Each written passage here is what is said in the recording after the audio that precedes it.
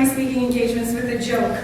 But seeing as there's really nothing funny about anxiety, except for the fact that I'm kind of dealing with it right now, I decided to tell you a quick Rosh Hashana story about my friend David. After the Rosh Hashana service, every Rosh Hashana, David goes to shul, and he's always there for Rosh Hashana and Yom Kippur. And after the Rosh Hashana services, the rabbi goes and he shakes everybody's hands, and he says, he sees David, and he's like, I haven't seen David in a long time. I'm going to tell him something. So when it came time to shake David's hand, the rabbi says to him, David, it's time you become part of God's army. And David turns around and looks at him and says, but I am part of God's army already. And then he goes, so then why do I only see you on Rosh Hashana and Yom Kippur? And then David thinks for a second, and he says to himself, and he says to the rabbi, he says, I'm part of the secret service.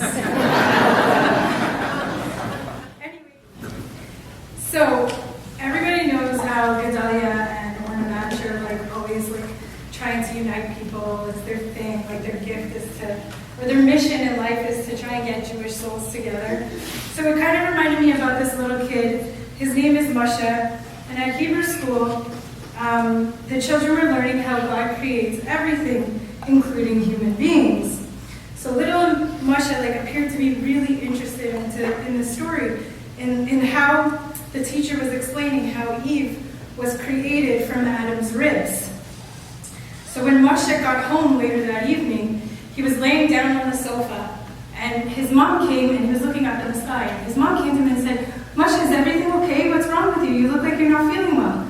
And Moshe said, I have pain in my rib. I think I'm going to have a wife. Anyways, with that said, with the greatest pleasure from my heart, I really want to thank Gedale Fenster for coming all the way from Miami, New York.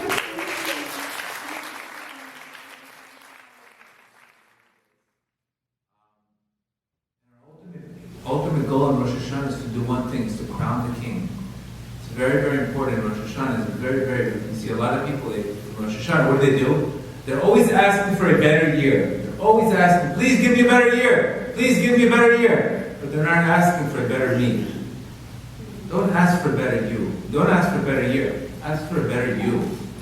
That's the difference between humility and the opposite, unfortunately. So the key to Rosh Hashana really is we don't want to, Hashem doesn't change. But what happens is we can change, and change the way we live in life. So that's the one thing. When you change, upstairs they change. The Arizal says it very clearly. He says it exactly works. When a person smiles down here, they smile above. When a person frowns down here, they frown above. So it's basically our job to do that. So if our ultimate goal in life is to crown the king, which is by showing how God's been great in your life, what's the opposite, obviously? It's when we start complaining, when we start looking at life the wrong way, etc. Because our job in life is to, on Rosh Hashana, is to show how abundant God has been in our lives. What happens if we can't show abundance in our life, then we show, unfortunately, ingratitude. Ingratitude is the root of all problems today. It's the root of all problems. I'm going to take you on an exercise. It's one thing to know, and one thing is to know how creation happened. What was Chava's big problem? Chava decided that she wanted to be just like God. She wanted to take control. She didn't want to depend on God. I don't want to rely on this emunah, this bitachon business. I want to call the shots. I don't want to be under a man. I want to call the shots. Her sin was rooted in arrogance, in pride, in the Eitz Hadat. So how do we rectify it? How do we rectify it? Through humility. Every single problem we have today is rooted in ego, and every single solution is rooted in humility. It's that simple. So in Rosh Hashana, what are we doing? We're crowning the king. We're saying, God, you are the king. Everything you do is exactly the way it should be done. Because we have to have the belief that whatever God does, He does it for our favor. And He doesn't give a person more than he can handle. Yesterday we spoke in front of 500 people about trauma. You can't really walk into, when a person's walking around with trauma, he never pressed the emunah button. So what is he doing? He's walking around Rosh Hashana, beaten up, and says, this is what God gave me? How can I thank God?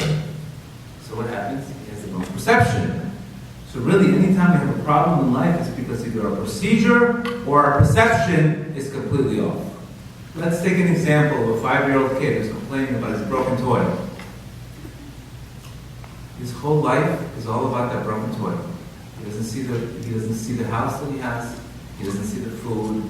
He doesn't see anything else but the immediate broken toy. So what happens when we major in minor things, our mind becomes minor. So it's very important that I tell people, the first thing is you have to realize when things are usually going bad, it's because we have an expectation that hasn't been fit. What do we need to do? We need to turn that expectation into appreciation. When we do that, what are we doing? We're shifting our consciousness from arrogance to humility. This is the big shift. From ego to humility. From ani, the word ani means me. It's my problem.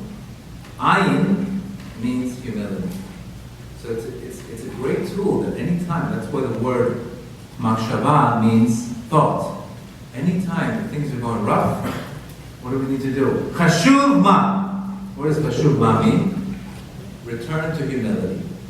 Return to humility. Was it an expectation? Was it a problem with your spouse? Whatever it is, it's basically to get us back to humility. That's the